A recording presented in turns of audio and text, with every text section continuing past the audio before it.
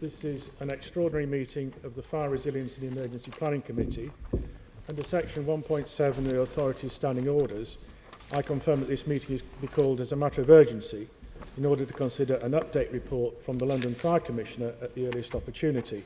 I certainly didn't want to see this delayed or buried under any other news, and I appreciate there's been a lot of material for people to get through.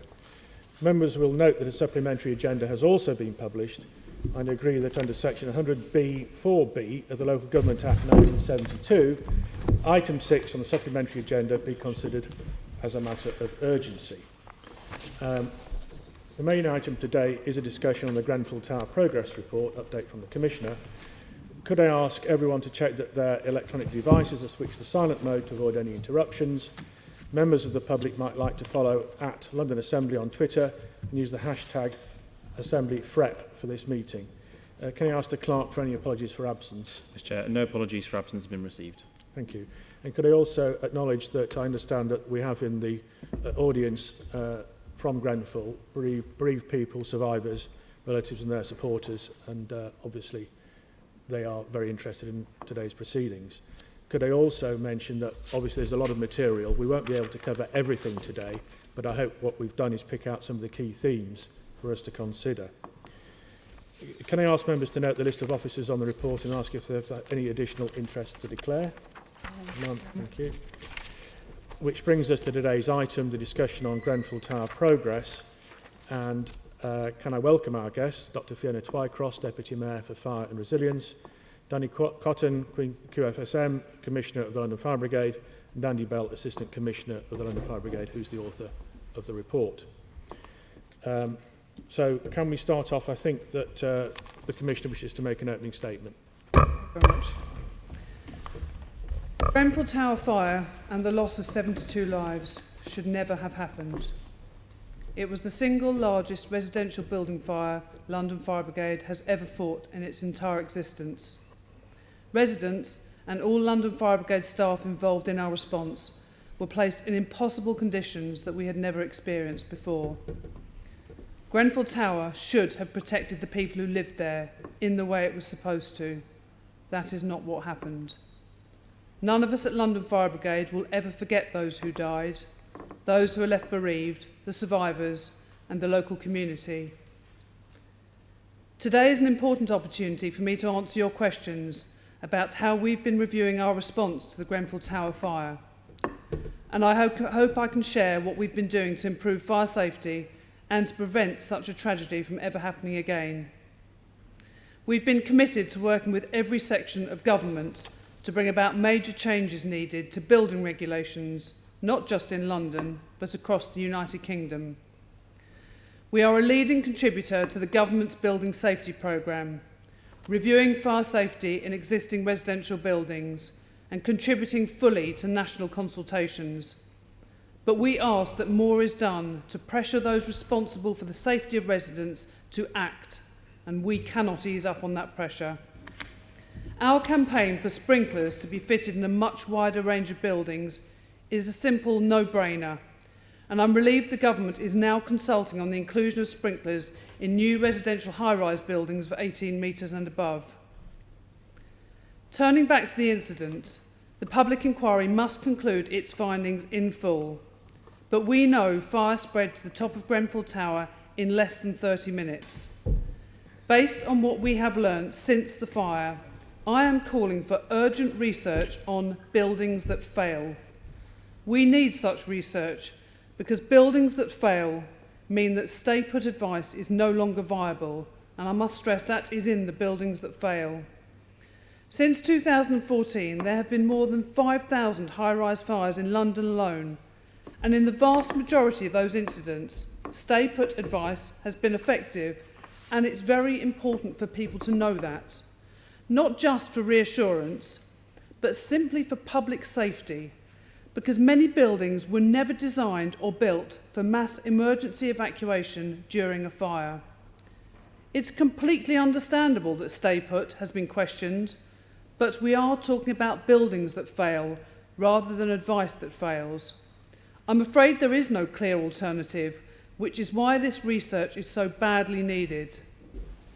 Turning back to the progress report itself, immediately after the Grenfell Tower fire, I created the Grenfell Tower Investigation and Review Team to identify lessons to be learnt, to review the Brigade's response to the fire, and to assist both the police investigation and the public inquiry. An interim report was produced, and that was shared earlier in the year with both the public inquiry and the police. It is formed around themes and contains a number of observations and recommendations for the Brigade to examine and respond to very complex areas of work. Within the report and the progress update, you will find immediate details of the areas we are learning from and the changes we have made, some of which were immediate, some of which are very detailed and involve policy changes and more new training. But you will see how and where we've introduced new training, new ways of working, and gathering information about fire risks and new equipment. The report includes details of how many inspections firefighters and my fire safety team have been delivering, such as making sure that information plates that can help firefighters attending building fires are in place on over 2,300 high-rise premises across the capital. Fire escape hoods and our use of drones now enhance the service we provide, and new extended height aerial appliance with turntable ladders up to 64 metres, which we will use when we need help to work at height, will soon be introduced. And of course, we have been making improvements in our 999 control room, with a new structure, fire survival guidance refresher training, and further improvements planned. The report has been produced for internal use, but I welcome the opportunity for the public and especially the Grenfell Tower community to know everything we are doing to learn from that night and to prevent a tragedy like this from ever happening again. Thank you. Well, thank you for that, and we will be examining in detail some of the themes that you mentioned later on this morning. Deputy Mayor, do you want to say anything? Thank you, Chair. I would echo what the Commissioner has said. As we're all too painfully aware, tragically, 72 people lost their lives in what is still the most devastating fire our city and our country has seen since the Second World War. Our thoughts remain with them and with those they left behind, as well as those who lost their homes and everything they owned. For those involved and for all those responding, particularly the responders from the London Fire Brigade, nothing will ever be the same again. Over 2 years, I have followed the work of the Grenfell Tower Investigation and Review Team very closely. I've had regular updates from Assistant Commissioner Andy Bell on the progress of his team's work and spoken to the Commissioner and her team about what the Brigade has learned and changes they have implemented as a result. I've spoken to firefighters, fire safety officers and 999 control staff and to the trade unions and sought assurances that any failings or potential improvements identified are being addressed. The sheer length of the documents published today reflects the forensic approach that has been undertaken by the Brigade to uncover what could have been done differently and to put measures in place to make sure that any issues they have identified are addressed. These range from new equipment to looking at procedures and policies and training needs. Many of these changes have already been implemented. The Brigade is constantly working to ensure that staff are equipped to deal with any eventuality going forward. Reading the preliminary report, the word overwhelmed comes up on a number of occasions, and it is clear that the scale of the fire, which nobody had or could reasonably have anticipated, created unprecedented challenges that stretched the Brigade beyond anything anyone in the UK Fire Service had imagined was possible. Many firefighters risked their own lives to save the lives of others. Control officers were overwhelmed by call volumes and had heartbreaking conversations with residents, many of whom did not survive. Many staff members have been left with life-changing mental health issues. One of the appendices from this time last year shows that at that point, over 150 personnel had been treated by the counselling team for adverse trauma response or PTSD. The Fire Brigade is a remarkable organisation and it is made up of remarkable people. I'm hugely grateful not just to Andy Bell and his team, but to everyone involved in producing this report, to those who responded on the night and to the Commissioner herself. In advance, I should also thank those who will continue to undertake the considerable work to implement these changes. However, just as the residents were let down and in some cases tragically lost their lives or their loved ones by the failings of the building, the Brigade itself was let down by decades of neglect on fire safety. Firefighters, quite simply, should never have been put in the position of having to deal with the fire at Grenfell Tower in the first place. The real tragedy and the real scandal is that had the building not failed, or if there had been sprinklers, the fire might have been contained in the flat in which the fire originated. The call the Commissioner is making today to Government is vital. It is imperative the Government undertakes urgent research on buildings that fail on fire safety, as this can, as the Commissioner said, leave stay put advice no longer viable in those buildings. This is a call I and the Mayor wholeheartedly support. I look forward to your questions. Thank you. Well, thank you for that. And I don't think any of us would dispute the bravery shown by the firefighters that evening and the consequences for them. So I think the first question is probably for the Commissioner. How would you assess the balance between the need for internal changes and made by the Brigade and external changes from building owners and policymakers following the fire? Thank you. So for me, it's a very important balance to be struck, and as you're aware, I asked for my own internal team to be set up in the week of the fire itself, because I recognised the significance of the incident and the fact there will always be lessons to learn after a large-scale operational incident. And it was very important to me that we started that work immediately, and where we found changes we can make, we implemented them. But that is a balance to be had, because we've been doing a lot of work, as you're aware, nationally, calling on government and calling on building providers, and calling for those changes to be made is something that's been happening for a long time. Our campaign around sprinklers, for instance, has been going on for a number of years. Whilst London Fire Brigade will always learn lessons and we will seek to find new ways of working and amend our policies, if the buildings that we are attending and the fires that we are turning up to don't behave in the manner for which they've been designed, it lets the people in those buildings down and puts them at risk. And we are therefore then facing a challenge of dealing with a fire that could be spreading in behind cladding or internal compartments that we're not aware of.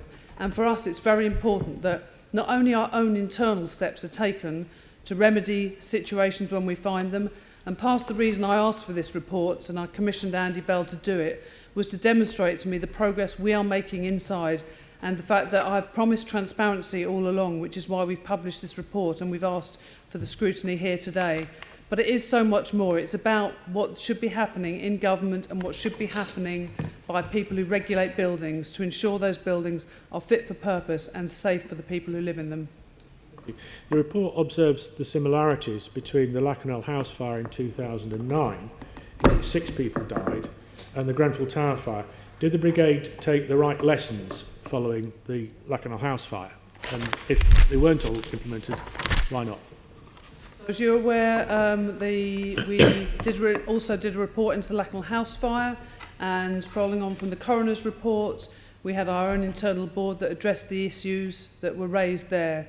And there were a number of similarities, although obviously the cause and spread of the fire was very different, and some of the reasons for us not being able to rescue all those people, whilst had some similarities, were very different and very challenging in different ways. I think it's safe to say that we recognise the fact that some of the areas that should have been addressed were not addressed fully, and we have done work on those subsequently. Some of those around gathering premises risk information specifically, and around the training on fire survival guidance calls for our 999 call handlers. And those are steps we've taken subsequently to address where those gaps are. Okay. And what were the reason for those gaps? I think, it's fair to say that that is fully going to be explored in phase 2 of the Grenfell inquiry.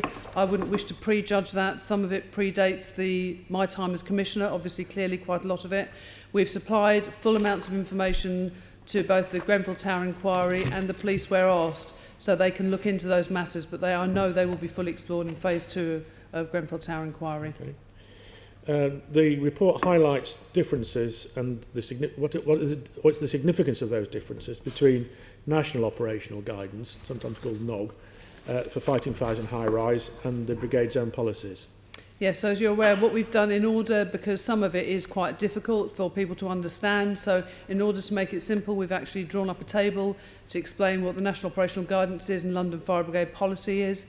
Some of those areas where there's a gap, we now know from national work and talking to colleagues that there is no plan B for a lot of people around where the building fails and where evacuation has to take part, and that's why I'm calling for this government to conduct research to what to do and the steps to take in the event of a building failing.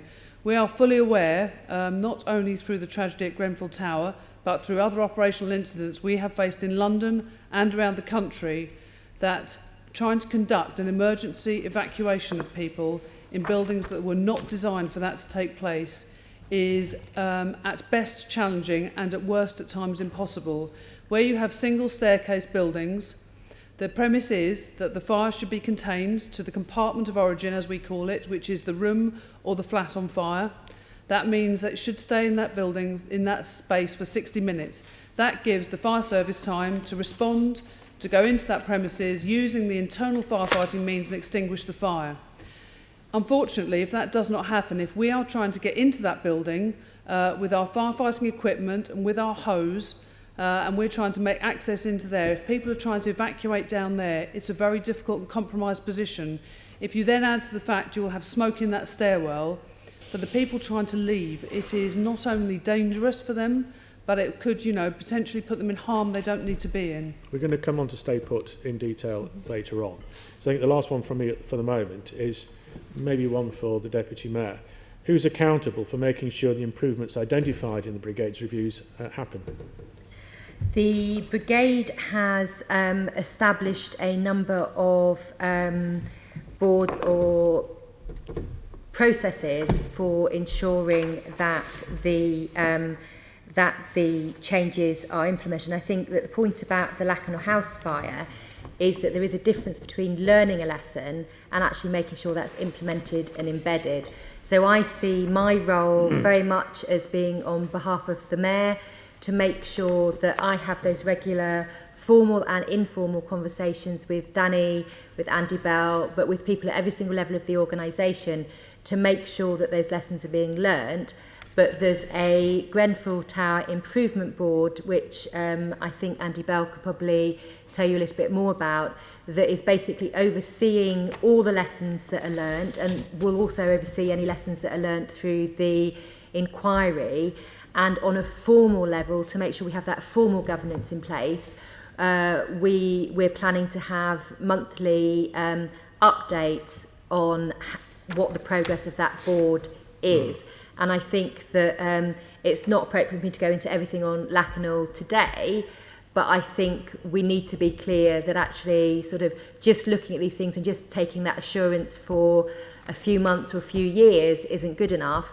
We actually have to have a process by which we can monitor where lessons are learned from all incidents where there's things that the Brigade identifies could be done differently or should be done differently, or things that need to be raised with government, and actually make sure that those are tracked and monitored and form a large part of the measure of performance, so that I can have assurance, I can give that assurance to the Mayor, but ultimately that the people of London can have that confidence that the Brigade not only learns the lessons but actually embeds them in future ways of working.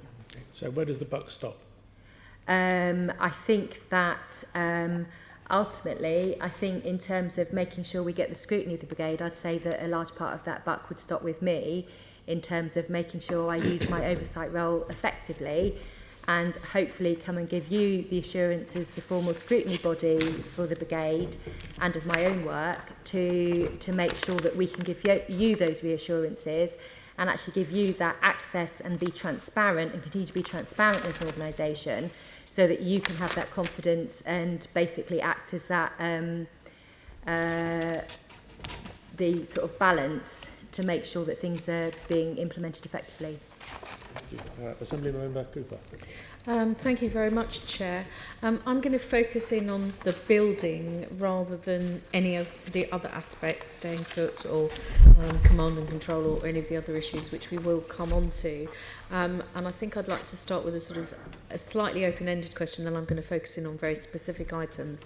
And I just wondered if we could start with you, Dany, because obviously you were there on the night. Can you explain how the building failures identified in the report affected the Brigade's ability to conduct a successful operation? Thank you, yes. So obviously there were a number of areas in which the building failed. I know a lot of focus has been placed on the ACM cladding, but that is not the only aspect of it, although clearly the cladding was a significant contributory factor. And just to put it clear in people's heads, obviously one of the purposes of cladding is to protect the building from elements such as weather. Therefore, if a fire gets behind a building with cladding in it, it's very difficult from the outside to be able to squirt water on it effectively and put that fire out, because cladding is by design rainproof. So once you have the fire behind that, just putting water on the outside of the building has very limited impact because it's got behind there. So the fact that the cladding system was not compliant was obviously a major contributing factor to the fire safety measures failing in the building. We also know from a very early stage that the lobbies and stairwell failed to perform on the night of fire and became quickly compromised by heat and smoke, which obviously impacted heavily on the ability of the residents inside the building to be able to leave their flats.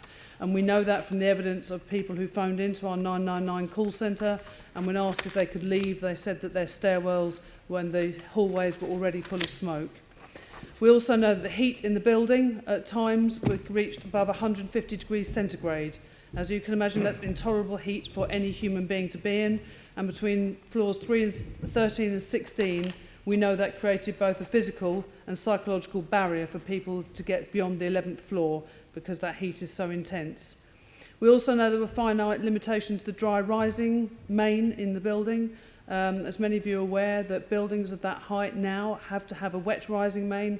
What that means is that the internal water supply in the building is permanently full of water, as opposed to us coming along and actually supplying the water to it.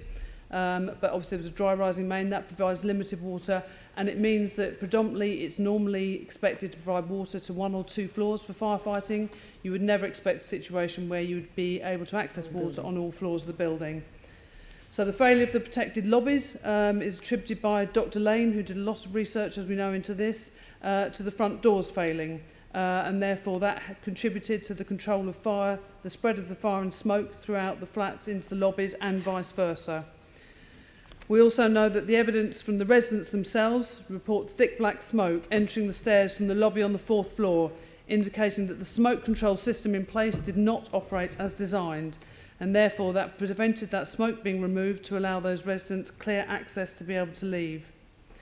We also know that, that when we're talking about the dry rising main as well, that the building itself underwent refurbishment, and as part of that refurbishment, the approved document B would suggest that should have had a wet rising main, yet it was still a dry rising main in place. We've had the information from various different experts who have done assessments on the building and established that a number of those factors were all contributory to not only the spread of the fire and smoke throughout the building, but the inability of people to be able to leave in a normal, safe condition. Okay, I'm going to focus in on all of the different areas that you've touched on, and also how we're recording and how easy it is to think about how we move into the future and how we're going to be addressing this in other buildings. But just in terms of before Grenfell, my understanding is that the Brigade had not had specific training on how to deal with fires in cladding. Why was that the case? Why was there no specific training on dealing with cladding fires? So obviously the one thing I want to be very clear and not be obstructing and give information, but we're all aware that in 10 days' time or less than that, the report into phase 1 of the inquiry will be published. We don't want to make comment that will either prejudice or contradict what may come out of that. Obviously, we don't know what's going to be in that yet. So, we can give opinion on what we know and what, and the same as when I gave evidence, that the basic premise is that no cladding on a building should behave in that manner. And when we have seen buildings elsewhere around the world that have had fires in cladding, you will be aware they've travelled up the outside of the building, but they haven't breached into the inside of the building. We do know the very difficult situations that if a building with cladding is on fire, you know, from the conversations I've just had, it is very difficult to tackle that fire because they spread very rapidly, and if the cladding itself is very flammable, it's a terribly difficult challenge for us to be able to deal with that. Knowing what we know now and knowing what we know from the night, we have given our firefighters and incident commanders additional information and guidance on what to do.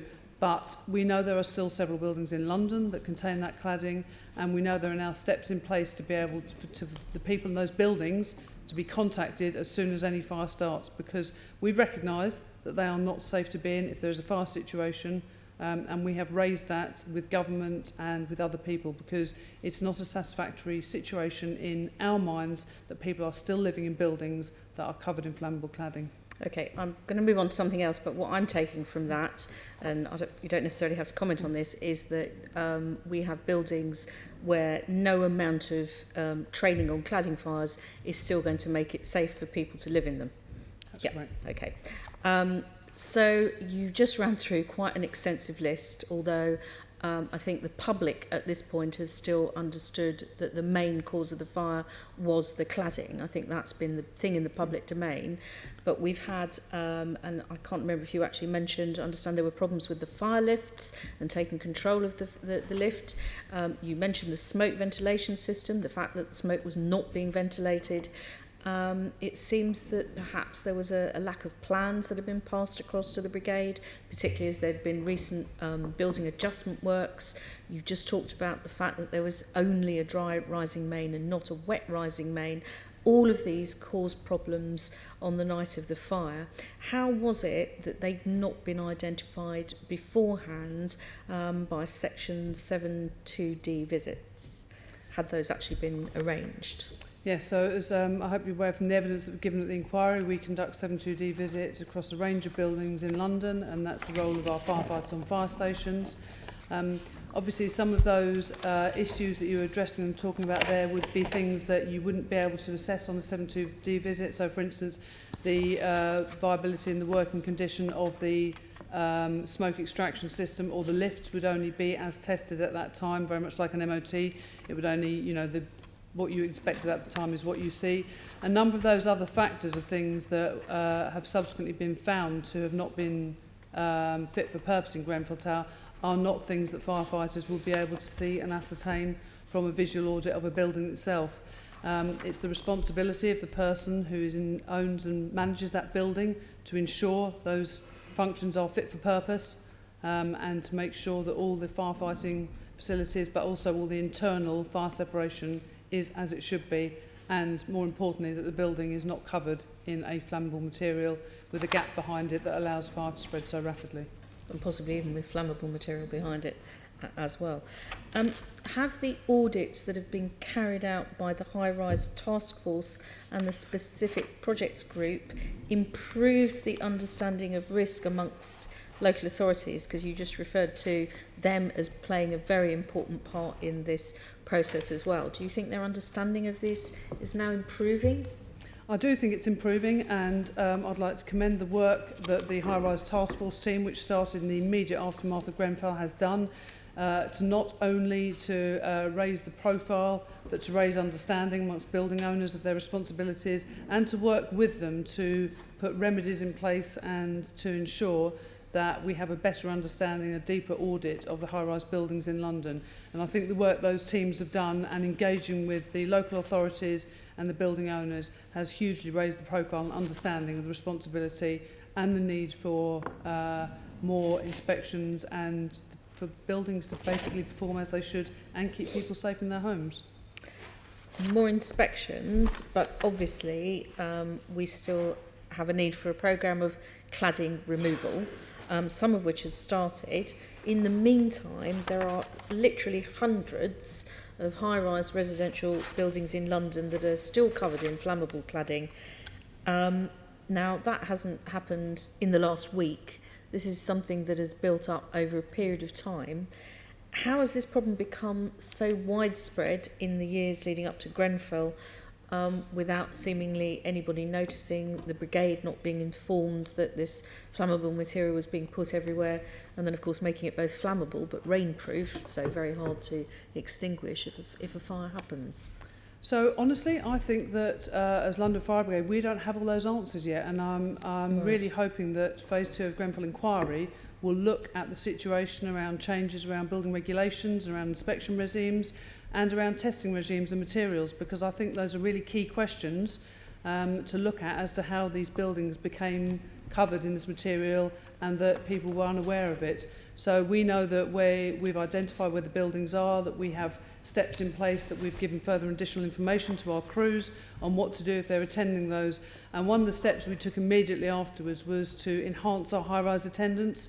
So if we get a call into our control room of fire in a high-rise building, we now send additional resources automatically.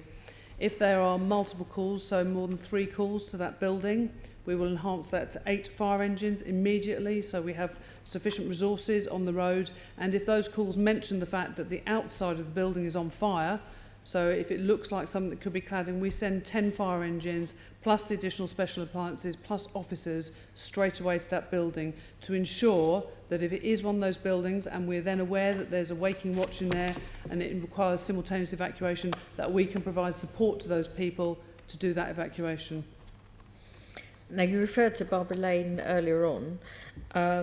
She was one of the fire safety expert witnesses who gave evidence to the inquiry, and she has said that there is no evidence that the LFB, the London Fire Brigade, had actually been told of the new cladding that had been put on Grenfell Tower, and I can see nodding from you. At a previous Fire Resilience and Emergency Planning Committee, RICS, the Royal Institute of Chartered Surveyors, told us that they knew of building owners, and this is what they told us in this very room, they told us that building owners who are refusing to admit that they have covered buildings in flammable cladding. What changes need to be made to keep building owners honest? And I guess you just mentioned changing regulations and changes around inspections. Seems to me that maybe we need to have some change in regulation to make building owners come forward. I absolutely think it's a role for government, that they should be the ones who are enforcing and providing this, because obviously we as a fire service are the ones who respond to the incidents. We, have trusted that buildings are performing the right way and have undergone the right regulation. We now know this to be not the case across a range of buildings in London, not just necessarily high-rise buildings. So this is a national enforcement role that needs to happen. That's why we've made the calls we have, and that's why, in conjunction with National Fire Chiefs Council, I have written to ministers in government to express our continued dismay and concern that over 2 years have passed since Grenfell, and we now still know there are buildings that are covered in ACM cladding, and we know there's a number of other claddings undergoing testing as well. This shouldn't be happening. Buildings should be keeping the residents safe in their beds. I seem to remember at the same meeting, I'm sorry to pick on Dan at this point, but I think it was Dan Daly who answered me, that actually in the cases where the brigade has become involved and has made recommendations about the state of the building, particularly ones that are being constructed, you can make the recommendations, but you cannot make the person constructing the building or who's running the building actually implement any of the recommendations, which I have to also say, I think is, I find that quite incredible. Actually, I have to say that the fire brigade would make recommendations and yet somebody could ignore recommendations that would keep people in that building more safe. Or indeed actually members of the brigade when they turn up should a fire happen. Quite astonishing. So I would hope that government would be doing something about that as well. Now, there are, I understand, 216 buildings in London where stay put has now been suspended, and the simultaneous evacuation policy has been introduced. We're going to ask some more detail about that later.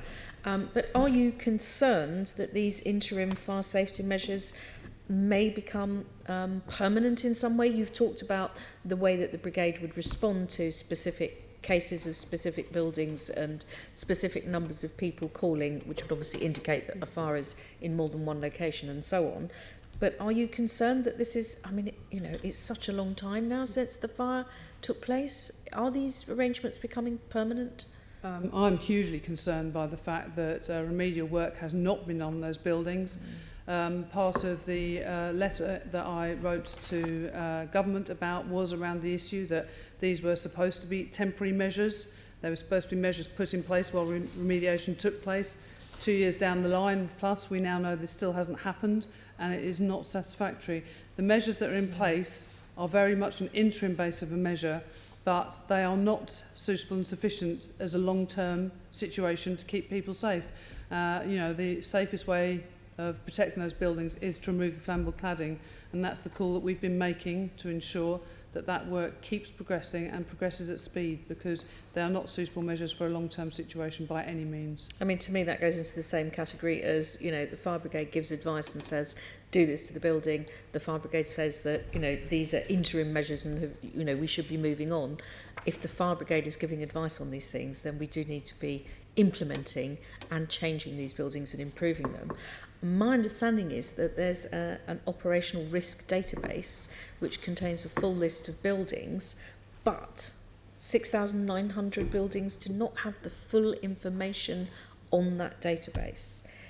Now, I think that obviously needs to be rectified, but at the moment, is it realistic for the London Fire Brigade to task station crews with resolving that? Because that's a huge number of buildings, but it obviously needs to be done to ensure that the correct set of appliances and numbers of appliances are sent out. So as you say, I mean, London obviously has the highest density of high-rise buildings in the United Kingdom. We have the greatest number of those buildings, therefore the greatest risk. It is something that our operational crews are working through, that list of high-rise buildings. What we do know is we know where the high-rise buildings are, so we send an automatic attendance to all of them regardless. So we have got that increased attendance to all high-rise buildings with an aerial appliance, because we recognise that we do not know the situation for all those buildings. So in the meantime, while all the information is being gathered, we make sure we send a suitable enhanced attendance at all times. Yes, we've seen a breakdown of where the high-rise buildings are by borough, and obviously some boroughs are more impacted than others. Thank you very much, Chair. A couple of follow-ons from me, if I may, Commissioner. Dry riser mains, you mentioned. In particular buildings over 50 metres which shouldn't have dry riser mains, what contingency plans have you got to deal with that problem?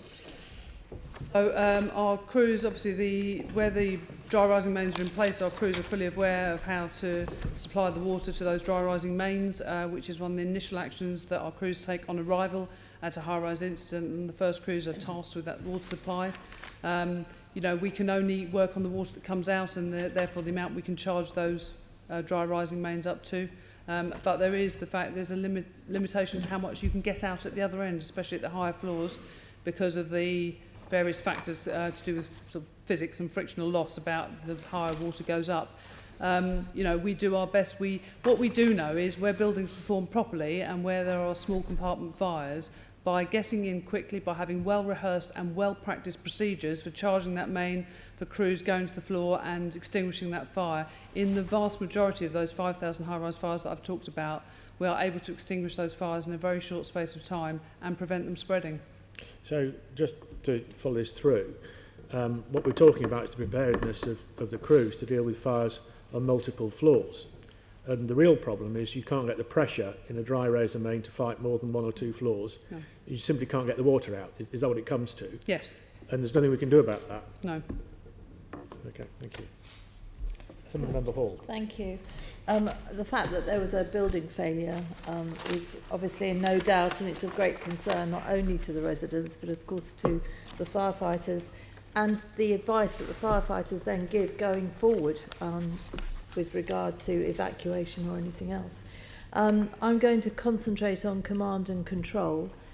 I've got some questions, but on reading some of the evidence, a lot more is going to come out about this and will need to be answered, I think. So I'll start off with asking, what is the key differences between the Brigade's decision-making model and the National Operational Guidance Decision and Control process? So the decision-making model is something that has been embedded in London Fire Brigade for a number of years and used very successfully to train our incident commanders. It's a simple linear process that allows our incident commanders to gain information about the risks they're facing, about the resources they require, about any hazards, to then translate that into an action plan, to deliver that action plan, and then to evaluate it. It's something that we've been using, as I say, for a number of years, and we not only use it to train our incident commanders, but we use it to debrief them. So as you're aware, following any large-scale operational incident, we have a performance review of command where we call the incident commanders in together. And the way we review that process is by using the decision-making model to go through the various decisions they made at that time and the steps they took and how that worked. It's something that we've been satisfied with. We have undertaken that if, following the reports that come out of Phase 1 and Phase 2 of the inquiry, we will then go again and look again at the National Operational Guidance Decision Control process. We did not think, in the middle of an inquiry, in the middle of all of the other work we're doing, that would be a reasonable option, because if we change that, it will be a huge training burden on London Fire Brigade and will mean retraining all of our incident commanders, right from our junior officers up to myself, in how to use a new set of processes when we have the previous ones so well embedded. Okay, so at the moment you're leaving that as it is. Okay, fair enough. How do you think that human factors in behaviour and performance at incidences are being addressed in operational policy? So for me, that is one of the, and I think in Andy's report it's highlighted on a number of occasions, not just for our frontline operational crews, but definitely for our control operators as well. The human factors aspect is something that I don't think any of us in the UK Fire Service have got a full enough understanding of yet. And I think the overwhelming nature of Grenfell Tower and the sheer volume, not only for the firefighters and officers, but for control officers, of information and stress and additional pressure is something we now need to do a piece of work on, and we are doing that because we recognise that the impact that can have on people. You know, we've got very well, highly trained people, but when you're given that level of stress and impact and volume of information, we have to ensure that we provide additional support and resilience for those people to be able to train them to deal with the most extraordinary of circumstances. It's a piece of work we've started, we are nowhere near the end of yet, and I think that nationally it hasn't been tackled either. It's something that we need to look at because, you know, we are seeing far more large-scale incidents across a range of incidents, and we're seeing things that impact hugely on the responders themselves. We need to make sure that people have a clear ability to be able to do their job and make decisions and take actions under huge amounts of pressure. Do you think this is made worse by the fact that, I mean, fires, thank goodness, have reduced drastically over the last 10 years? So the amount of real practical work firefighters have is diminishing quickly. And as new firefighters come up, gradually the lack of fires is going to mean that they are naturally less used to what they're doing. Do you think that makes a difference? Absolutely, and I think one of the things we've recognised is that the very good thing that fires are decreasing, because that is, the work we've been doing, we're very pleased about that, does mean we have less experienced people coming through, so therefore we have to fill that experience gap with training, and we have to make sure that's multifaceted training. That's not just about, you know, the training that we do when we send people away on external training courses, but that's about the ongoing station-based training. It's about the, the multiple different ways that we're doing training out with our firefighters, so no-notice exercises, through to planned sort of desktop exercises, through to with our training provider Babcock's. So it is absolutely about filling the gap in experience with additional enhanced training. Okay. Have you ever thought of putting firefighters in sometimes in the busier stations? Because lots of fire stations are very, very quiet, and places like Euston, etc., are very busy. Would they not benefit from being moved around sometimes in order to get more hands-on practice, if you like, with the real thing? There is a balance to be had because, you know, the places where people work and the teams they work in are very well established and the training they do. And we have some of our outer stations have a lot of large-scale incidents of differing natures. So if you go towards the outside, you know, there'll be far more road traffic collisions, likely to have far more of the waste refuse type fires. Obviously inside London, some of those stations are far busier, but some of the incidents they're busy with are regular events like automatic fire alarms and not necessarily the large-scale operational incidents. So it is, I think, more about ensuring we have the right training and giving people access if they want to change stations, and understanding that people have a work-life balance too, and for some people moving to a central London station, you know, if they have caring responsibilities, for instance, would be very challenging at that time. So it's about providing the right churn of teams of people being together, but also providing, more importantly, the training to ensure that we regularly practice those for both firefighters and officers.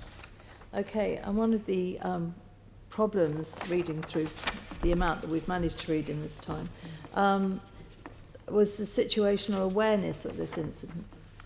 It's quite concerning reading some of that. What are you going to do to change or make sure that firefighters going to these large jobs, as it were, have got more of an awareness of what's going on at that incident? So we've put out additional information for people to understand the need for situational awareness. We've also now got a number of enhanced tools that we are either having situational already or bringing in to help with that situational awareness. At the last meeting I spoke about the situation with the 999i, which is the product which will allow callers to be able to send a video link into our control room, so that we will get up-to-date information on the incident that they are seeing, so that en route to an incident, if the caller is saying, you know, I can see this building, it's on fire, that we can actually have a proper either picture or a video of that, so we can understand what the public is seeing, because sometimes people describe things in very different ways than reality, understandably under pressure. We also now have our drone team, which we've used on a number of occasions to provide really good enhanced situational awareness for both the incident commanders and firefighters, which is helping not only for us to be able to make decisions around how we tackle a fire, but also for the safety of the public and of firefighters, where we can, you know, we can look through at a building, for instance, at the building at Worcester Park, the fire there, we were able to fly the drone in underneath the building to make an assessment of the impact on the structure of the building without having to commit firefighters into a building that was obviously clearly very dangerous. So, you know, all those tools together are helping with that. But a lot of that is about the reinforcing to people, and some of that we've done around some of the information is about telling people to challenge what they see in their mind, because I think that there are some things that are so extraordinary you don't expect to see them, and the reality for people in their mind, this human factor about actually realising what's in front of them and making that decision. Okay, fine, thank you. There are clearly issues with the incident command. So what's being done to address things like handovers, seniority of officers in charge, length of time in charge, progress in reviewing procedures concerning the incident command? I mean, there are clearly issues. Yes, there are, and we've addressed in a number of different stages. So the incident command training we provide for different levels of incident commanders, so 1 and 2 who are more junior officers. We provide enhanced incident command training for those, and we provide additional support training. That's progressing through to level 3 and 4, which is up to the senior officers and up to officers including myself. As you're aware and is in the pack, I've commissioned an external review of our training. We had an external provider come in and do just a review right across all of our training, and obviously that's one of the issues that was highlighted there as well. There are, you know, we will undertake looking at various issues around levels of incident command. We did change some of those after the Lackmore House fire.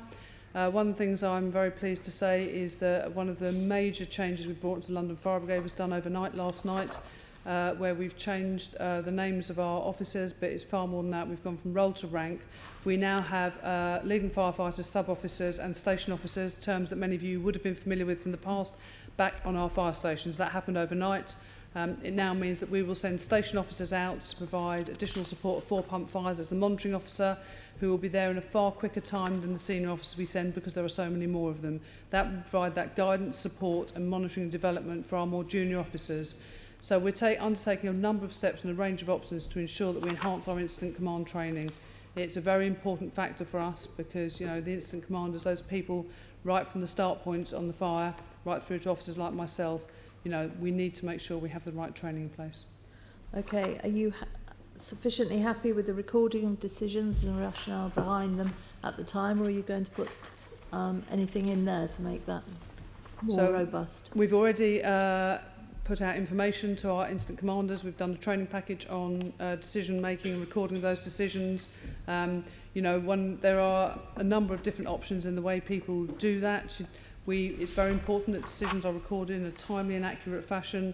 I think one of the things that we were made of very clearly from the investigation into Grenfell Tower is that, you know, where the police have body-worn cameras, that information has been invaluable to us because it's given us absolute real-time facts of what happened at times. So there are a range of different options. I know other fire and rescue services have introduced body-worn cameras for some of their officers on trial just to see whether that enhances the decision sort of recording process, because it's not about subjective view of what you're recording. But we are now looking at a decision recording process for all of our officers, and we're providing that into the training package to make sure they have someone who takes notes for them and specifically records key risk-critical information and decisions taken at operational incidents. Okay, when you looked at the results of the command and control afterwards, what were you most concerned about on this specific issue? I think for me, one of the things that we need to appreciate, and I think is quite difficult for John said, is the sheer scale and the speed at which Grenfell Fire developed and the speed at which we asked for additional resources did mean that the First Watch Manager was in charge of the incident for a long time at a higher level than he would normally have been in charge of. But that was due with the speed with which we increased the resources and asked for a make-up.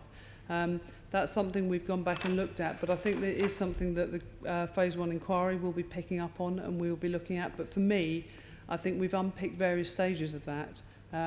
But there will always be a situation if we get a rapidly escalating incident and the incident commander takes the very good call to increase resources and make pumps 25, that they will then be in charge of an enhanced fire for a period until an officer turns up. So it is about making sure that we give them some training and development to be able to do that. However, we wouldn't want to make every watch manager believe they had to be in charge of 25 pump fire on a regular basis, because that's quite a scary prospect for them. But it is about providing that guidance and support and making sure that our senior officers who are coming on are there and are dealing with the handover and takeover of information in a timely fashion. And at some point I've read, because there's just been so much to read, at some point I read that there was 2 controls in place. Yeah, there were two station managers in control at one point. 2 group managers. Yeah. Yes, there was a period where inadvertently there were 2 separate officers who thought they were in command. That arose because 2 officers turned up to the tower from different directions. One came in one direction and immediately saw the incident commander at that time, the watch manager, and went straight to him, realising he was in charge of a rapidly escalating fire, and took command. Another officer came from a different direction and came across the command unit. As is our normal procedure, he went on to the command unit, and at the time he was informed that he was the most senior officer, and so therefore he assumed he was in command. So that was for a very short period of time, and as it happened, both of those individuals made similar assessments in terms of the resources and the priorities of that time. And my feeling is, and this will be played out in phase 2 of the inquiry, but my feeling is that inadvertent situation had no impact on the operational response to the fire at all. Okay, thank you. Just to follow this, if I may briefly. I mean, I find it extraordinary that a watch manager, now a station officer, was in charge of this huge incident for the best part of an hour. I mean, what do you think what is the appropriate turnout time to get a group manager or a DAC to an incident? So naturally that depends on where the incident is. Can you do you imagine at night across London? Grenfell's pretty central. But if our especially our Deputy Assistant Commissioners, there would only be 2 of them responding operationally at that time of night, and if they lived on the very outskirts of London, it's quite foreseeable that it can take them 45-50 minutes driving. So I know from my own experience of driving to Grenfell Tower, and I came from a London borough in Kent, and it took me 45 minutes in the middle of the night driving on the bell to get there. That's just the length of time it takes for people to drive across London, bearing in mind that when you're driving to an operational incident, that you're listening to information that's coming in, but you're also having to negotiate the additional hazards of driving through traffic, whilst not sticking through red lights and various other things, that provides an additional enhanced level of risk to people. So it can take a time for our officers to arrive. We know that. Obviously, our station managers, we expect to arrive within about 20 minutes of an operational incident of them being informed of that incident. So they are there in a much quicker time than our more senior officers. Group managers? Group managers within about 40 minutes is their target time. I have to say, I mean, this will be a matter for part one of the inquiry, but I do find it extraordinary that a junior officer could be in charge for so long of such a major incident. The other point I wanted to bring up was this, that on the night you obviously encountered a lot of problems operationally, including the volume of the fire survival guidance calls, the lack of effective firefighting media because of the dry riser, communications between the firefighters and the town and the command unit because of the volume of traffic. We know that the fire crews did not follow appropriate breathing apparatus control procedures to get into the fire. The report identifies high moral pressure as the most important reason for breaking BA control procedures. Do you feel that the building safety failures put the brigade in a position where you're forced to rely on the dedication of your officers to break the rules to try and get people out? Yeah, absolutely, without a shadow of a doubt. I know from speaking to crews firsthand and the actions that I witnessed on the night that firefighters and officers went above and beyond anything they would normally do, that they behaved in a way in order to, do everything they could in impossible situations to keep repeatedly putting their lives at risk and going into the tower to attempt to rescue people. And I can say, hand on heart, from going into the tower and talking personally to those firefighters, that they were going to do everything within their power to keep on pushing through and to keep doing everything to rescue people at, they knew, at considerable risk to themselves. There were people who were definitely frightened about what they were doing. Why wouldn't you be? If you looked at the external fire in that building and you were going in knowing you were going into that heat and smoke, there were people who'd been in once and wanted to go back in again. There were the dedication and commitment of my firefighters and officers on that night was without doubt something I have never experienced before, and I would never challenge that. They were committed to a person to keep working tirelessly and endlessly regardless of their own personal circumstance. They're putting their own safety and lives behind the need to try and rescue as many people as they could, and I think we all appreciate that. Thank you.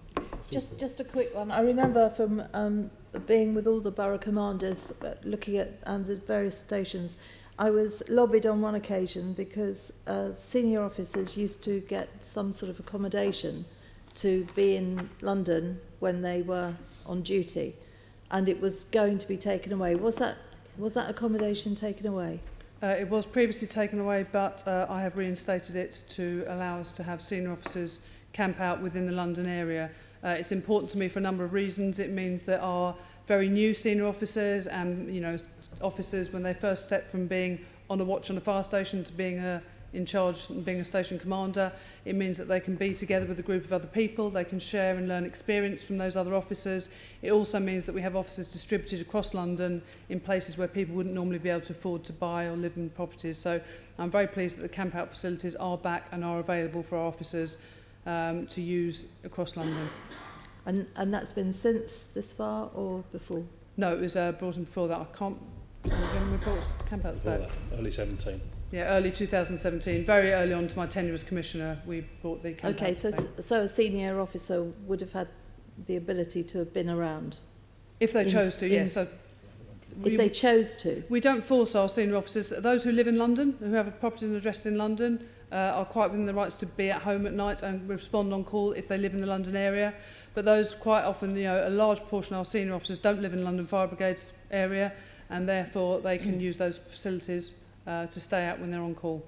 I accept that, but if there was a requirement for a senior officer to be in the heart of London at all times, then we would have had a much more senior officer able to take over this quite horrific fire. Is that right? Potentially, I don't. So potentially, but that would require that we would have to change our senior officers' contracts quite dramatically and have more camp out facilities available. If we were to wish all of our officers to be available in the central London areas, it would be quite a large building cost. Not all of them isn't what I was saying. I was saying, a senior officer at all time to be around, easily able to get to something. You would have to change all of their contracts No, because no, they I have was to just do it on a asking the rota. question. And we'd have to have a Just number of change them one. available because obviously there are times on a regular basis across London where we can have 5 large-scale operational incidents in place at any one time, so the officers could be out on those. So you would have to have large numbers available at camp-out bases to be able to respond to all the incidents in London. Okay, thank I you. mean, I think what we've identified is a concern that we have. I'm not speaking for everybody, but certainly for Susan and myself, about the length of time it can take for a senior officer to attend, and particularly in this case where we know that the first senior officer mobilised by control was actually off duty and didn't respond. So that actually compounded the problem. Absolutely. Assembly Member Curtin now on, Thank you. Yeah, on good morning. evacuation. Yeah, great.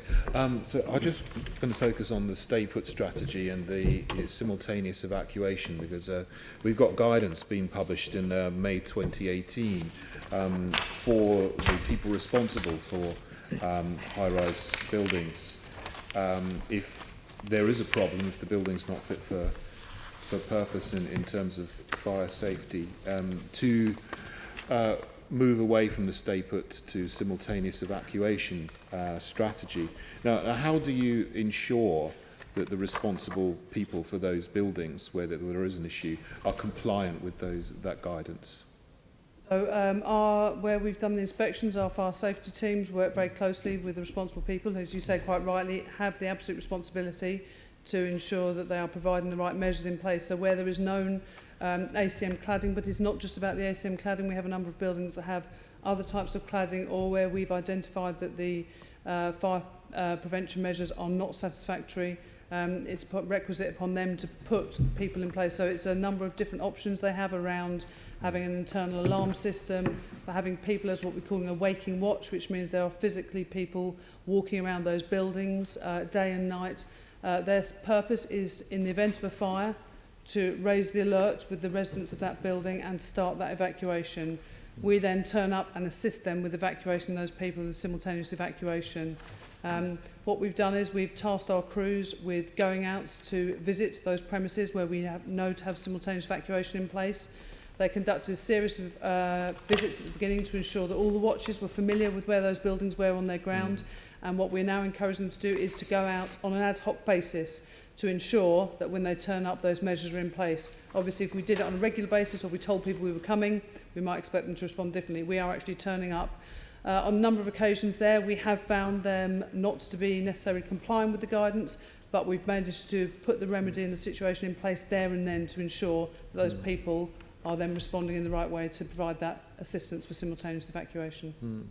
Can you tell me a bit more about the waking watch system? I mean, is that an effective measure, or are there things that could be improved about that? So waking watch is, as a conversation earlier, it's an interim measure. It is not seen as a long-term solution. It is in buildings where there is known risk from things like ACM cladding, and that requires a responsible person to have the right number of people in place to walk the floors of the building continuously, and say in the event of a fire, it is their responsibility to alert the residents. Obviously, you know, you can be aware in the middle of the night, it can be quite a challenging thing to do to be able to alert those residents. You know, some people not only sleep very deeply, but we know that people in some places in London, you know, there are people who might be affected by a disability, for instance. So, you know, the responsible person should be aware of those, because there might be the case where the person is unable to evacuate by themselves, or if you have someone with a medical condition or a situation through drink or drugs where they may not be able to wake them. So it's a responsible person should know the people in those buildings, be able to identify them. It's not, as I say, a long-term solution. It's not a satisfactory long-term solution by any means, because, you know, people, the fundamental premise is people should be able to stay in their home if it's not affected by fire and be left there peacefully. But, you know, having to go around and wake people up in the middle of the night is not a desirable option for us. So you say it's an interim solution, Yes. And it's not used in buildings with ACM cladding. No, So it is used at the it moment. is So, used, it so is the used. buildings that have known ACM cladding, up to the point when the ACM cladding is removed, they have to have a waking watch and hopefully also an alarm system in those buildings to raise the alert to the people in there. My apology, I thought you said no, but you said no, no. sorry, no. I didn't hear properly, No. sorry, my fault. So it's an interim solution. What's the permanent solution? remove the ACM cladding Okay. and ensure that remedial steps are in place to make sure the fire safety measures in those buildings are suitable and fit for purpose. I mean, there's obviously concerns that this isn't happening quickly enough, and there's still a lot of buildings that have those, you know, that type of cladding. How could that happen more quickly, and what steps need to be taken to do that? So we have been involved in lobbying. I have personally written, along with the chair of the National Fire Chiefs Council, to government ministers to express my concern about the speed and the pace at which that's happening. I would encourage everybody to be involved in that lobbying process and to put pressure to ensure it happens, you know, in a much faster way. There are different areas across London where people respond in a very timely fashion and remove that cladding. It's imperative that it's done to ensure those buildings are safe for the people to live in. If you did need to carry out an emergency evacuation, what have you learnt, and how would you do that practically if the situation arose again? So obviously, where there's waking watches and things, the premise is that they will have started that process by the time we arrive on scene, and we will then assist them with that process, and we will then help them to evacuate. If a fire occurs where a fire spreads abnormally, we have given advice and guidance to our watch officers and to the firefighters who go out there on different ways of trying to alert people and trying to raise the alarm to people. The vast majority of buildings obviously don't necessarily have an ability to alert all the people at once, but you know, we encourage the different uses. For instance, the new drones that we have allowed hailer technology on them, so that we can actually fly drones up to the outside of the building and relay messages to people inside. We carry loud hailers on our fire engines. You know, it's about getting sufficient resources and firefighters in there to put inside the building to be able to assist with that process. Okay. The drone technology is something new then. So when did you start to have the drone technology? So we started to look at that very soon after Grenfell. On the day of Grenfell itself, we borrowed someone else's drone to be able to assist the building surveyor to have a look at the building. You know, I suppose one of the things that I really need to make clear is none of this is a panacea, none of this is right, because there is no absolute measure to be able to do a mass evacuation. There is no guidance on it. Part of the reason of the call I have made to government to undertake research in what to do when buildings fail is because there is no perfect solution about how you would conduct a mass evacuation in a building that is not designed for mass evacuation. So we've put steps in place to assist people, to assist our officers on the ground if they come across the situation now, but there is no perfect solution, and that needs to be looked at and addressed nationally so that we can have some support and help, because London Fire Brigade alone cannot provide the response to understand how we deal with a building that's failed. But the drones are helping. We've got a number of steps where we can. We're taking steps and we are providing assistance and guidance, but it is not the absolute answer. The answer is not only should buildings perform in the way they're designed to, but we need government to undertake that research, that when they don't perform in that way, what steps should be taken. And how do you ensure that you know about all of the potential buildings that have failed? You know, is there still some work to do in order to gather a list, or is you... And that's part of the problem. We cannot know where buildings are not built properly. So we're finding repeatedly across a range of different fires that we've had this year alone that we're turning up to a building that should have been built in a safe manner and maintained in a safe manner, and yet does not perform in that way. There is no way, by looking at the outside of that building, or by our firefighters even going inside the building, there's no way of knowing how that building has been constructed, whether or not fire stopping is put in separation between floors, whether modifications that have been made that have meant that the internal fire safety features are no longer relevant. We don't know that, and that's the problem we've got, is that London Fire Brigade aren't the solution to this problem. The solution to this problem is for buildings to be built and inspected and managed properly. Okay, thank you. A couple of follow-ups from me on the waking watch issue, and I think you've sort of touched on this already. Is the risk 2.5 years on from Grenfell that the waking watch people sort of get complacent? What assurance is there to make sure that they are actually awake themselves? Is that why it's not a proper fix? So it's not a proper fix. I mean, it is dependent on human behaviours, and that's the responsible people need to make sure that the companies and the people they're employing for those waking watches are doing that job, and it is their responsibility to monitor and check on those. We've undertaken, for the additional assurance of London Fire Brigade, that our crews will turn up to those buildings and will do ad hoc visits to them. And there are situations we have found where the people performing the waking watches are not doing their job properly and are not present or not in the numbers they should be, and that's when we deal with it. We've got a way that our crews can escalate it if they can't put the remedy in place immediately, so quite often it is just a case of somebody might be asleep, for instance. That's very easy. That's about, you know, waking the person up and informing them of their role they should be doing. But if there's a situation where it's a more serious impact than that, then it gets referred back to the local fire safety team for them to take up the issue with the responsible person. Okay, and also going from what you said, in terms of the structures of the building, it's not just ACM cladding and it's not just cladding, it's all the other things like fire doors and so forth that you've mentioned earlier on. How is that inspected? So a number of those, it should be inspected. Well, the first point is the point of design of the building and the point of building. When they're obviously approved inspectors should be the ones undertaking that role and ensuring that it's built and compliant. A number of situations we found recently where that obviously has not been the case, where fires have spread because there's been, for instance, no fire stopping amongst the floors. You know, and then if modifications are made, it is the responsibility of the responsible person in charge of that building to ensure any modifications are made are compliant with building regulation. Well, I mean, the whole structure of supervision and approval and everything is the Wild West of people signing off their own homework in large part. Indeed. Lacanal also recommended the retrofitting of sprinklers, and I know that's something the Brigade's been campaigning on. Is there any sign of any progress in relation to that? The progress is not being made in any way, shape or form in enough time or with enough haste or enough urgency in our opinion, which is why we repeatedly continue with our campaigning. It needs to be enforced. It doesn't need to be something, as the conversation just had with Dan Daly, that our teams, my professional fire engineers, make recommendations both at point of building and on refurbishment of buildings that sprinklers would be suitable. We know less than 5% of those cases sprinklers are put in those buildings. It's simply unacceptable. And that was a recommendation from the Lacanal coroner as well as lots of other things since. Going back to simultaneous evacuation, have you, or has any other fire and rescue service, had an exercise to practice a simultaneous evacuation? And if not, why not?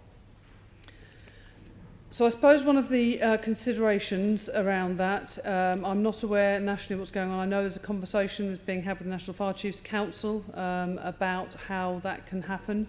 The problem is that in order to do that, you would have to, in order to make it realistic, you would have to go into a residential block and alert people and attempt to evacuate them in unsuitable circumstances. That in itself holds risk.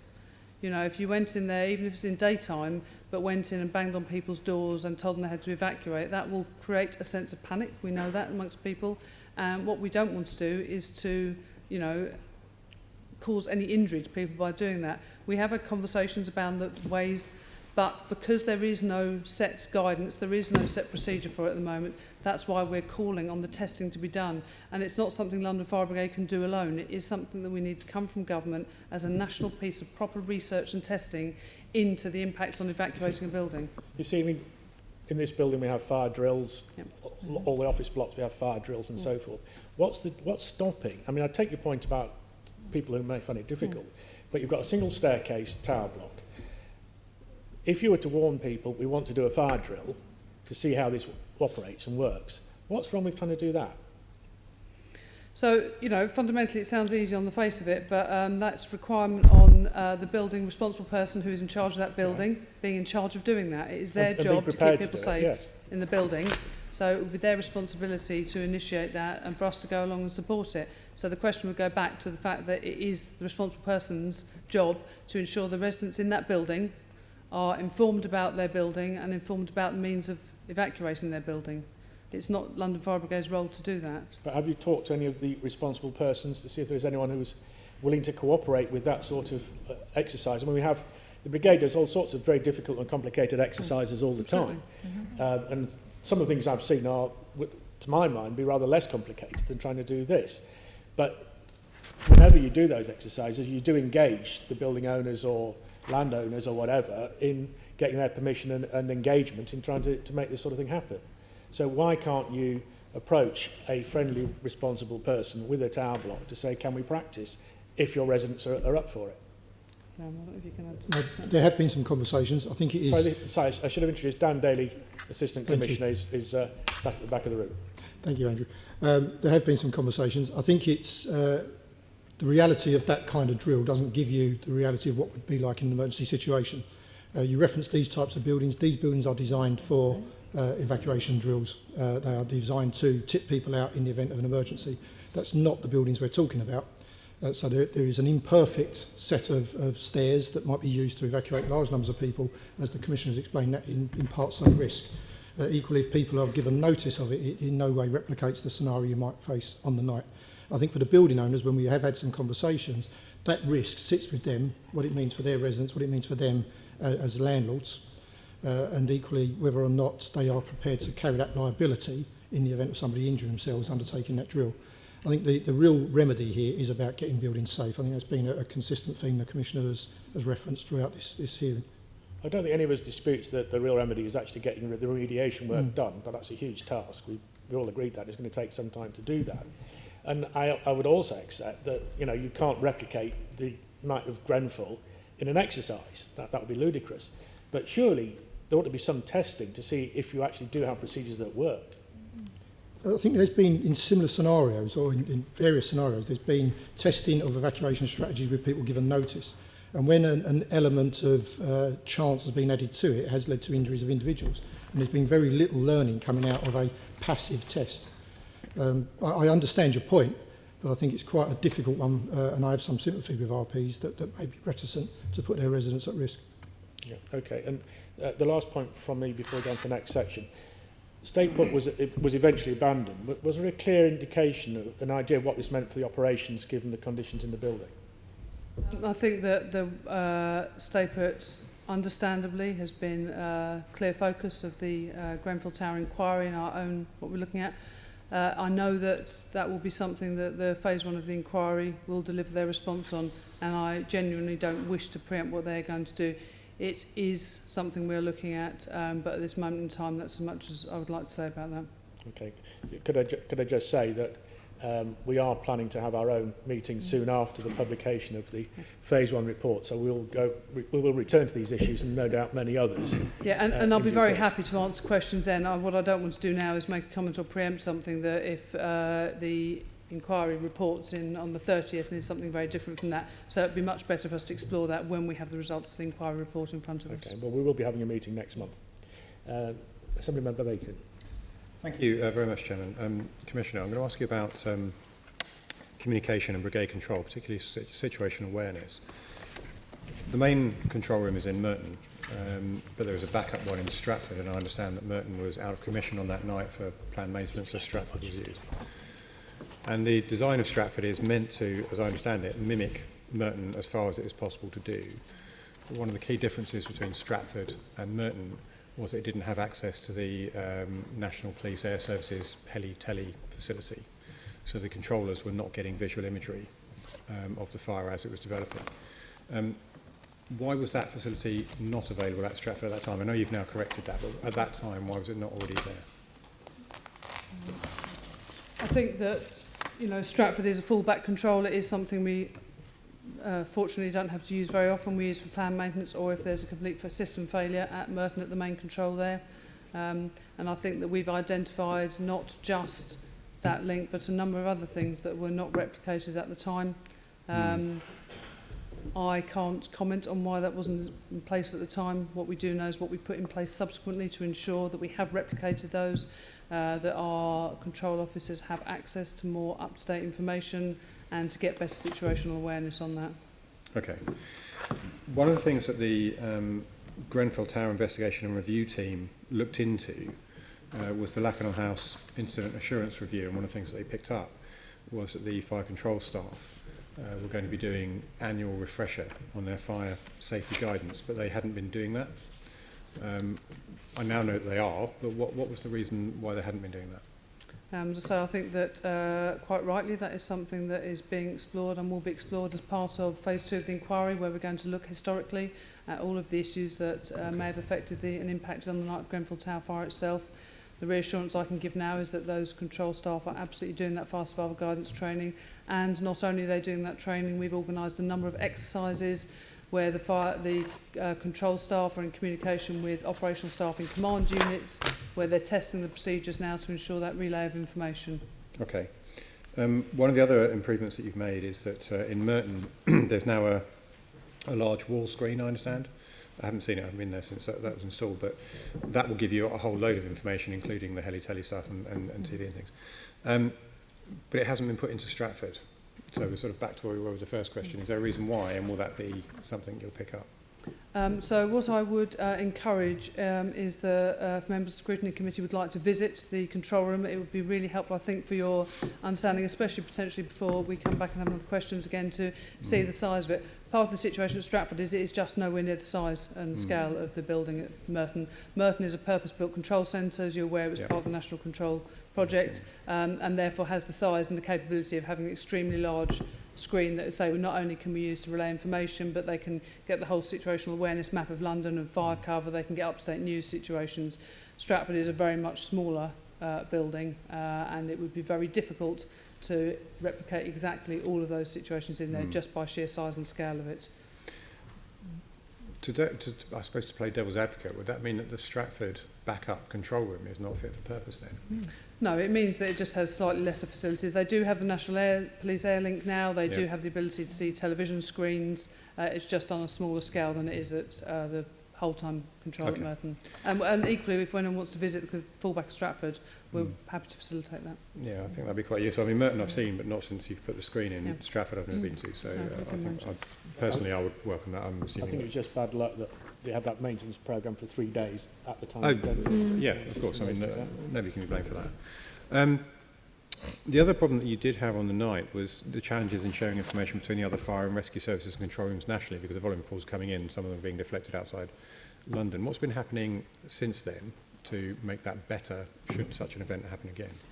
So obviously we all have what we call kind of buddy control rooms, so that if we get an overflow of calls into our control room, it's normally caused by things like spate weather.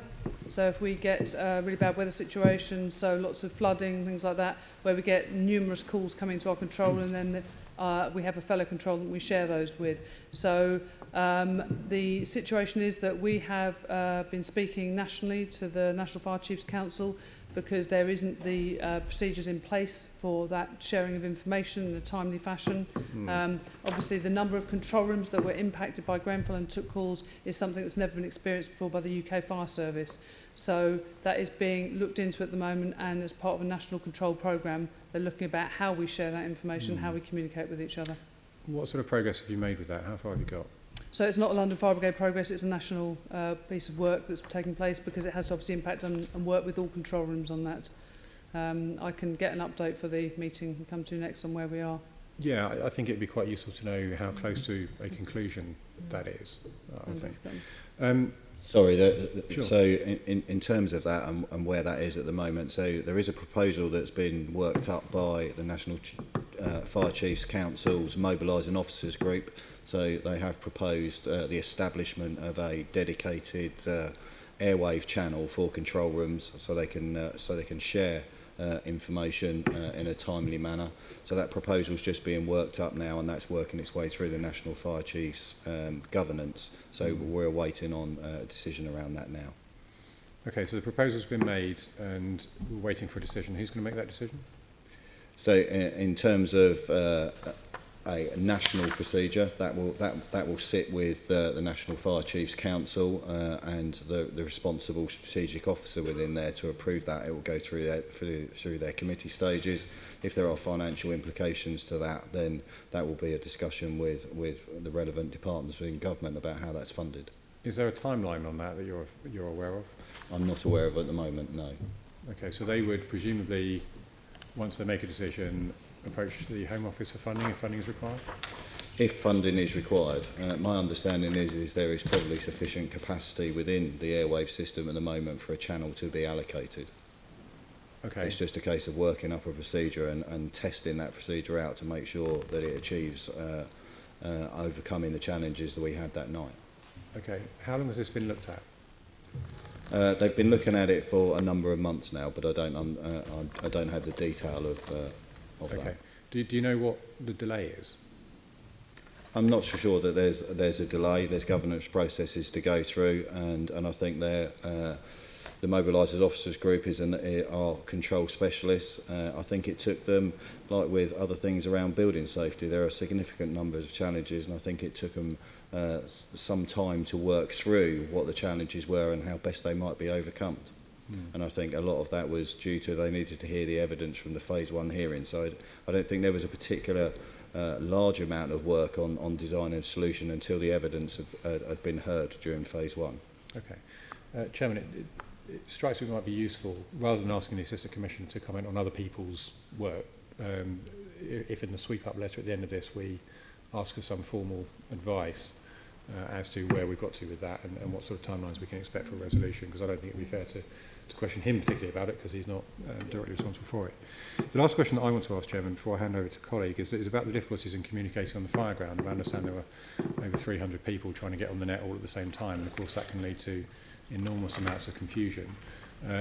Where have we got to in terms of resolving that going forward? So obviously, yeah, as you quite rightly say, there were huge amounts of firefighters and officers actually using their radios on the fire ground, as you would expect. There was a amounts of important information to be relayed across the fire ground. It's of a size and a scale that has never been experienced by any other fire and rescue service. And the testing that we have done subsequently, try and replicate it, demonstrates that a lot of the problem was due to scale and volume. I think that the problem with that is that if we have a situation like that again, there will still be the same numbers of people wanting to relay important information across radio messages. Some of it is about ensuring our firefighters understand and our officers understand the radio discipline and how we use our radios. But I think for me, you know, the recognition of just the size and the number of people trying to share, quite rightly, very important risk-critical information to each other is something that will provide a challenge, and there is no perfect answer to. Okay. I suppose, again, the same question applies then in terms of what progress has been made in that. I mean, you've encapsulated the problem, which I completely understand.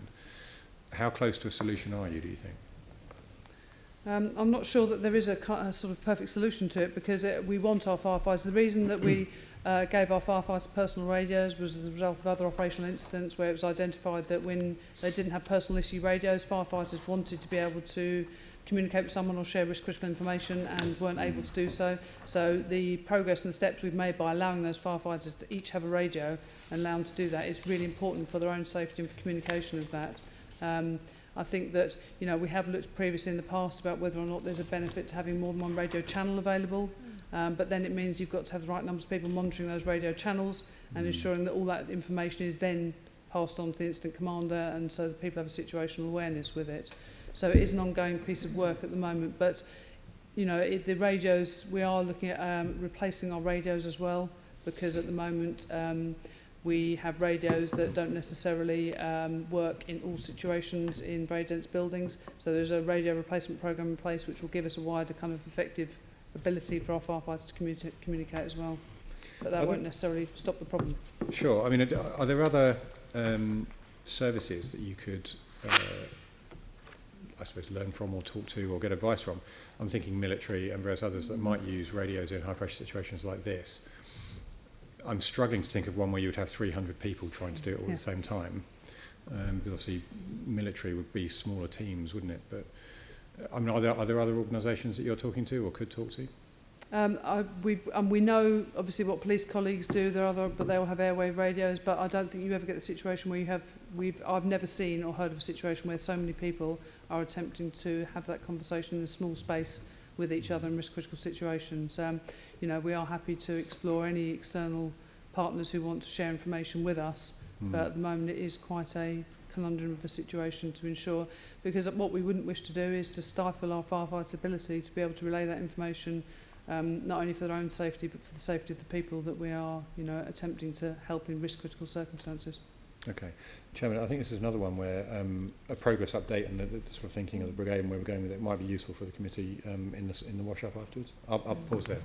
Okay, thank you. Before I bring in Assemblymember Shalomi, just one point about the control refresher training on fire survival guns. My understanding is that it didn't take place because of the problems of training everybody up on the vision mobilising system. And we're all aware of the difficulties we had with that from our LFIPA days. Is that right? Question one. And question two, if they had had the refresher training and fire survival guidance, what difference would it have made? On the aspect of vision, you're absolutely right. Vision did take up a lot of time and a lot of our control officers' training time. We're aware that there were problems quite early on and that those were worked through, and a lot of that was about providing additional enhanced training and support to our control officers. The aspect of whether or not they made a difference, I think that's absolutely quite rightly for the Grenfell inquiry to explore and deliver a conclusion on. Okay, well, we'll come back to that in due course. Assembly Member Shalomi.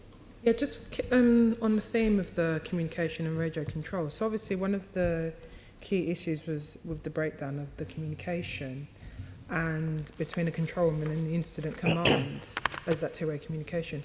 So what key changes have actually been made to the functions following that partial breakdown during the Grenfell Tower?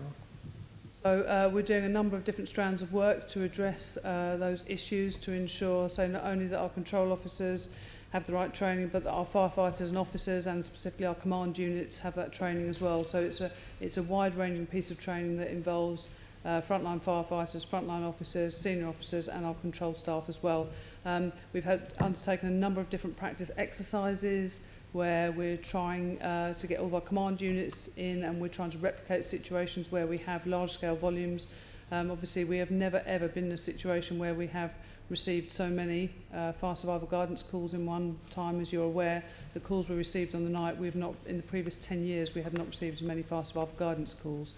So the management and the flow of those calls was something that was completely extraordinary, and the work we're doing now is about trying to replicate how, in those circumstances, we would ensure that not only the key information was passed from our control room to the fire ground, but the situational awareness is passed back from the fire ground to the control room, because that's equally as important, that it's a two-way flow of information so that both parties are kept fully up to date with the progress that's being made and aren't duplicating efforts. So it is about looking at and revising our policies, it's about ensuring our training is fit for purpose, and then actually doing practical training day in, day out to ensure that our crews are familiar with those policies. You know, absolutely heaven forbid, we never ever want to be in that situation again, but in the event, terrible event that it is, we want to make sure that we have the sufficient training in place for our crews. And you've touched on that practical training and making sure we don't find ourselves in this situation again, and looking at just the sheer volume of calls, which caused in some instances a total loss of contact. And we'd touched on stay put advice earlier on in your opening statement, and has the brigade, in your view, worked out a satisfactory way to recontact people in danger if the stay put advice needs to be abandoned in the future? So I think one of the things that, you know, if we look at the sheer numbers and logistics of the night, we received 408,999 calls between just before 1 in the morning and 8 o'clock in the morning. That's a greater volume of calls than we have ever received, and during that time we also had 212 what we call administration calls coming into our control room. That was just what we were dealing with to do with Grenfell. We obviously have the normal calls coming into London Control for normal operational incidents that were taking place. You know, in London, compared to a lot of other fire and rescue service, we have a really good response from our control officers just by sheer number, because we have to have that many to be able to deal with calls in London. Part of the issue, you know, on the night absolutely is the situation that if you're handling that number of calls coming in, it's very difficult at that point to then end a call and try and call somebody back. But we did have a system that we're, you know, aware of, the actual physical system of vision itself, and the difficulties about being able to try and go back and look to find a number to be able to call them back. And the work is being done on that system to be able to actually have the systems in place. But part of it is about sheer volume and scale of numbers of control staff. Not only do they have to take those calls, not only do they do the admin stuff, they have to communicate with the fire ground, they have to communicate with other control rooms, they had to communicate with other 999, so they had to communicate with the police and with the LAS, they had to communicate with local authorities. So the actual volume, you know, answering calls in from senior officers, calling for information, the actual number of people in control trying to deal with such a huge range of requirements and pressures put on them at that time was absolutely immense, and I'm not sure that's been recognised clearly enough about the pressure they were under in trying to do the very best job they could under extremely difficult circumstances. And that's good. And I think Assemblymember Bacon touched on this bit. In terms of, my understanding is that there's a procurement of the replacement of command units and command support software. Is that progressing in the right direction, and will that be completed soon? Yeah, so in the meantime we've undergone a software refresh which will be complete by I think in the middle of 2020, if not earlier, that will actually refresh some of those systems as they are in place at the moment, while we then ensure the procurement of not only the physical aspects of the new command units, but the software that takes place. And that is very much for me about making sure that it's fit for purpose and about making sure that we learn the lessons from not only from Grenfell, but from the wide range of operational incidents we've been facing recently for, you know, the terrorist attacks, the other large-scale fires, to make sure that the systems we're procuring and the vehicles we are fit for purpose to serve the ongoing needs of London and whatever future risks we may face. And then just finally for me, in terms of if you're on track to deliver the fire safety guidance policies, which and all the associated training, which was due to be completed by the end of this year. Are we talking about the fire safety training for our firefighters and fire stations? And all the additional training. Yeah, so that additional training is in place. We've got an online training package and in actual half-day input to our firefighters that I think is due to deliver on the deadline. April the half day, and February we'll see a one-day course introduced for firefighters. Yeah, so that's in place. What we're also doing is increasing the training we are giving to our trainee firefighters. So as before they even come into the workplace, as part of their basic training skills acquisition, we're giving them enhanced over fire safety training as well. Right. Okay, that's all from me. Okay. Is there anything else that either of you, or all three of you, would like to add to what we've done? I suppose for me it is just the aspect of understanding the complexity of all the different aspects of what we're looking into, the seriousness with which London Fire Brigades take our responsibility in learning and improving and enhancing our service, the responsibility that I absolutely take as the Commissioner for providing the very best service to the people of London, and the absolute plea I would make that we need the assistance of central government and measures to be put in place to ensure that buildings that people live in are fit for purpose and are safe, and do not let our communities down in the way we have seen recently. Okay, Fiona? I think the only thing I'd add that is to repeat something I alluded to earlier, that actually gaining an understanding of what happened isn't the same as implementing and embedding change. And so for me, that's the key thing that we have to do both here in London. But actually, the shocking thing is that this fire could have happened anywhere. And actually, so it is a national issue. Some of the solutions do have to be national, in addition to the work that the Brigade can do, both in its own right and with other fire and rescue services. So I do think it is incumbent on government to make sure that they really do step it up a bit on improvements. It's over 2 years now since Grenfell Tower fire happened, and it is absolutely shocking to me that we haven't made greater progress. So I think that for me the key message is, yes, London Fire Brigade has identified a whole range of things that they think we need to change.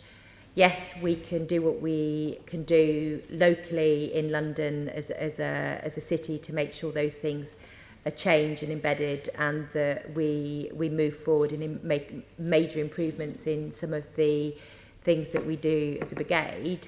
However, we do need national government to step up to make sure that if a building fails, and we have to anticipate, unfortunately, that given what we know about what's happened over the past 2 decades, there will be other buildings that fail, that if a building fails, it is clear to firefighters and clear to residents in those circumstances what should happen.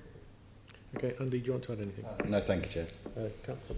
Yes, there's just one thing I think that we're all responsible for. Many of us as councillors, etc., go into very many buildings and we see fire doors propped open.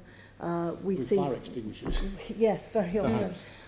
We see front doors that have been changed. We see people that have made within their own flats, they've drilled through holes which then make them not self-contained.